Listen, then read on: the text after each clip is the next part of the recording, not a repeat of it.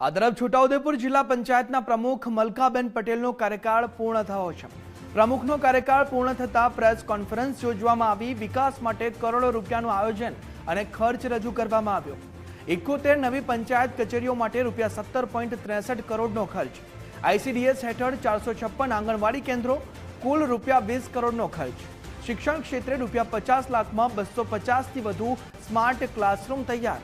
આરોગ્ય ક્ષેત્રે સીએચસી અને પીએચસી અને સબ સેન્ટરો માટે રૂપિયા 88 લાખની સુવિધાઓ।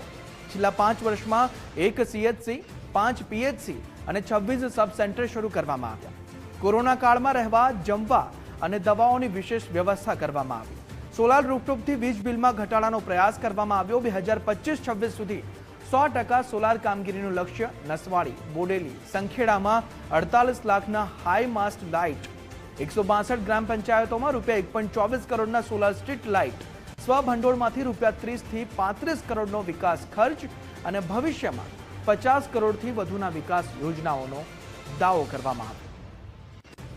છોટાઉદેપુર જિલ્લાની અંદર વિવિધ ક્ષેત્રની અંદર જે કામ બાકી હતા કે આરોગ્ય ક્ષેત્રે, તો આરોગ્ય ક્ષેત્રે અમુક અંતરિયાળ વિસ્તારની અંદર જ્યાં એમ્બ્યુલન્સની જરૂરિયાત હતી ત્યાં એમ્બ્યુલન્સ ફાળવવાનું કામગીરી કરી છે।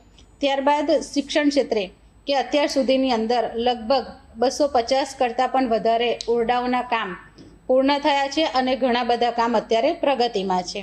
છોટાઉદેપુર જિલ્લાની અંદર વિવિધ ક્ષેત્રની અંદર જે કામ બાકી હતા કે આરોગ્ય ક્ષેત્રે, તો આરોગ્ય ક્ષેત્રે અમુક અંતરિયાળ વિસ્તારની અંદર જ્યાં એમ્બ્યુલન્સની જરૂરિયાત હતી ત્યાં એમ્બ્યુલન્સ ફાળવવાનું કામગીરી કરી છે।